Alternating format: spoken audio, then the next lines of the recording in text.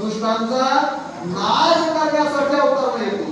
आणि तिसरं सांगितले धर्माची संस्थापना करण्यासाठी येतो.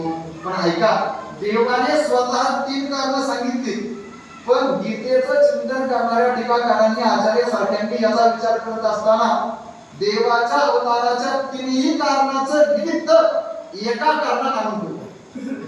तो धर्मरक्षण करण्याकरता अवतार घेतो, चुकीचं आहे. तो दुष्टांचा नाश करण्यासाठी अवतार घेतो, चुकीचं आहे. मग तो अवतार फक्त एकाच गोष्टी करता घेतो, साधूंचं रक्षण करण्यासाठी, म्हणजेच भक्तांसाठी. आणि हे तुकोबारांनी स्वतः सांगितलंय, आम्हासाठी